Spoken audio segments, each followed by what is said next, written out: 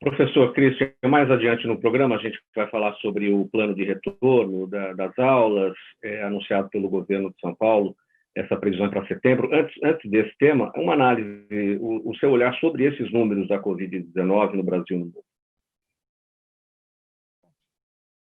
São números muito altos, tá? E esses números também, a gente vê pela comunidade, pelas conversas com as pessoas, envolve muito mais pessoas que podem não ter tido oficializado essa questão da Covid, mas ela pode ter tido sintomas. Tem muita gente pegando, existe uma população muito grande excluída nas áreas periféricas das cidades, e aí quando a gente fala áreas periféricas, não são só os cantões das cidades, as regiões centrais também têm áreas periféricas, né? Os moradores em situação de rua, né? São pessoas que elas podem ter tido a questão da Covid, né? Elas podem ter até tido falecimentos, então o número é um número espantoso, mas deve ser um número ainda maior. Então, isso nos causa preocupação, né? E essa mobilidade das pessoas, a falta de organização de alguns programas, né? A falta de diálogo em alguns momentos, né? Eles são muito preocupantes. São muito preocupantes, Mauro. O governo do estado de São Paulo anunciou na semana passada o seu plano de retorno da educação, que prevê a volta às aulas presenciais no dia 8 de setembro, com uma série de recomendações de saúde e distanciamento, além de um possível rodízio de alunos. O plano apresentado exclui das discussões a participação das entidades representativas dos profissionais de educação e não considera situações práticas do dia a dia das rotinas educacionais. E o Cinesp, em conjunto com outras entidades, tem cobrado a necessidade do diálogo. O Cinesp, que é o Sindicato dos Gestores Educacionais da cidade de São Paulo. Professor Christian, qual caminho vocês estão buscando para que vocês se insiram nesse diálogo, nesse debate que vocês estão alegando não ter até este momento?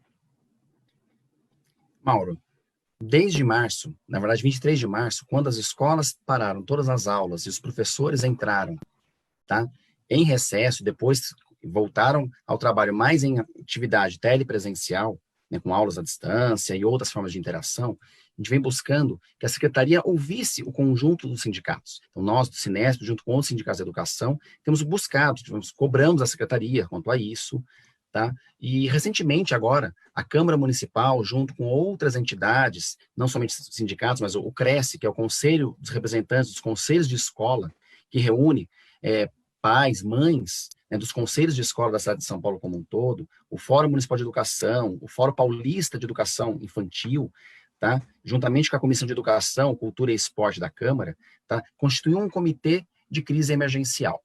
Nós já fizemos 2 reuniões e para amanhã está marcada uma 3ª reunião, onde o senhor secretário de Educação, Bruno Caetano, foi chamado a comparecer. Tá? Uma questão que a gente tem colocado que é crucial. Tá? O plano do Estado, como foi apresentado, ele tem características do Estado. Mesmo assim, ele não abrange todas as situações. Tá? Da forma como se colocou, tá? Hoje a rede, para vocês terem uma ideia, tá? Nós temos 13 mil servidores que estão na Prefeitura de São Paulo indo trabalhar diariamente nas escolas. Esse é um número que o próprio secretário de Educação já divulgou em uma outra reportagem que ele participou. Tá? Então, usando números da própria secretaria, são 13 mil pessoas, de um total de 80 mil servidores, tá? Que estão indo diariamente para as escolas, para fazer, basicamente, atendimento telefônico, ou então entrega de cestas básicas, entregas de cartões e outras interações.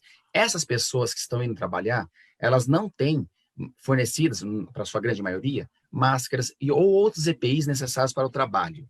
Tá? Não há para essas pessoas esse envio. Nós, do sindicato, cobramos que a Secretaria e as diretorias regionais de educação, que na cidade de São Paulo são 13 diretorias, fizesse o devido provimento para esses servidores que iam desenvolver esse trabalho de entrega de cesta básica, entrega de cartões e outras interações com a comunidade. Tá? Apesar que não era para ter atendimento público no início, como foi colocado da pandemia, mas eles estão acontecendo de uma forma escalonada, as escolas, os gestores educacionais, o quadro de apoio que tem feito isso, cada um como uma estratégia, mas não há o provimento da secretaria. Então, isso já nos causa uma grande preocupação. Se para essas pessoas que estão hoje na escola não se tem um mínimo de provimento de segurança, de saúde para essas pessoas, tá? E aí se fala de um retorno das crianças, tá? De que forma vai ser feito isso? Tá? É um primeiro ponto. Um outro ponto que estruturalmente as escolas vão ter que passar por muitas mudanças, tá? E temos diversidades muito grandes, Mauro. Nós temos na cidade de São Paulo, tá, cerca de 1 milhão de alunos só na rede municipal. Só a rede municipal. E a rede municipal, ela é muito diversificada. Temos tanto as escolas do ensino fundamental, né, do 1º ao 9º ano, temos as escolas de educação infantil, tá, que também tem uma diversidade, e aí se fala de retorno, mas retorno como é que se faz numa educação infantil? Como é que se faz retorno no centro de educação infantil, que a população começa mais como creche, né, que é de 0 a 3 anos, tá? Como é que você faz uma interação colocando um bebê distante do outro? Educacionalmente não existe dessa forma, tá? Não existe isso. Um outro ponto que é preocupante, tá, que é muito preocupante, é que as próprias famílias também já colocaram que elas mesmas não querem retornar. O CRESSE, né, como eu comentei, que é o Conselho Representante dos Conselhos de Escola, eles já estão com uma campanha que eles também se sentem inseguros com essa volta. Por isso que nós do Cinesp, uma coisa que a gente tem cobrado muito da Secretaria é esse diálogo, tá? Colocar-se um plano, como se colocou, por mais que vamos esperar todas as regiões do Estado, mas se colocou uma data, né? Como é que já se prevê uma data sem ter tido a conversa antes, né? Sem pensar um plano unificado, da forma como se colocou lá, que vai ter uma sala para colocar as crianças e adolescentes que chegarem na escola e tiverem com uma temperatura acima da questão. Que sala é essa? Eles vão ficar fazendo o quê? Na realidade educacional, se a criança foi para a escola, um adolescente foi para a unidade educacional, ele vai acabar ficando, às vezes, o turno previsto como um todo. Até essa questão de que turno é este, porque se fala que alguns vão ficar ainda à distância ou os presenciais. Na prática, o profissional que vai estar envolvido é o mesmo. Ele vai estar envolvido aonde? No telepresencial ou ele vai estar envolvido no presencial da escola? Quem que ele vai dar essa atenção? Um outro ponto que também preocupa, a falta de profissionais. Não, tá?